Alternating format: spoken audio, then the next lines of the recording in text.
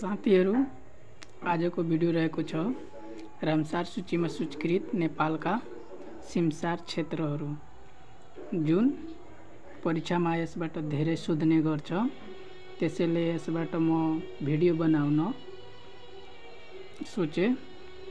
हेर फर्स्टमा के छ, कोशी टापु वन्यजन्तु जुन सुनसरी जिल्लामा छ। यसको स्थापना कहिले, यसको रामसार सूचीमा सूचीकृत कहिले भएको हो भने सन् 1987 डिसेम्बर 17 मा भएको हो।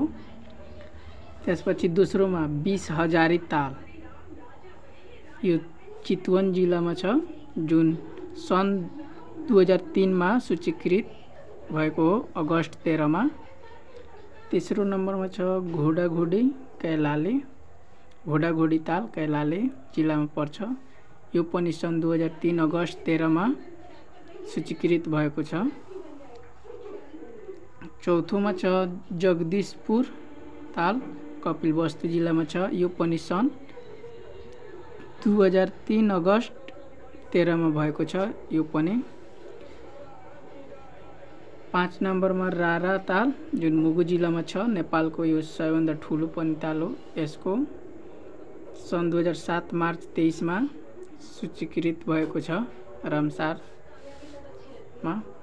त्यसपछि छैटौँमा छ फुक्सुन्डो ताल, यो डोल्पा जिल्लामा रहेको हो। यसको सन् 2007 मार्च 23 मा यो पनि सूचीकृत भएको हो। त्यसपछि 7 नम्बरमा गोसाईकुण्ड जुन रसुवा जिल्लामा छ। यो पनि सन् 2007 मार्च 23 मा भएको हो। गोकियो, यो पनि गोकियो ताल सोलुखुम्बु जिल्लामा छ। यो पनि 2007 मार्च 23।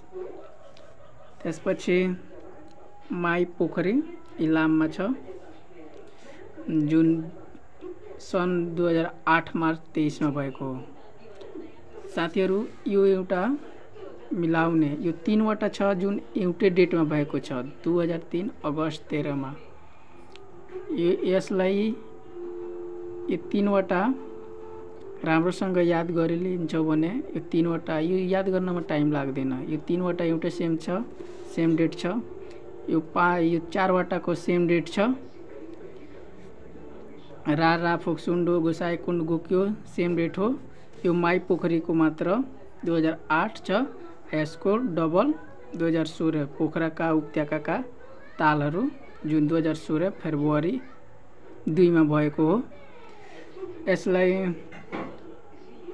राम्रोसँग माइन्डसेटले याद गर्यो भने 5 मिनट लाग्दैन। अब तपाईहरू कसरी याद गर्छौ भने तपाईहरूको यो छ हातमा। यो त परीक्षामा धेरै पटक सोधिसकेछ अनि धेरै इम्पोर्टेन्ट छ यो परीक्षाको लागि।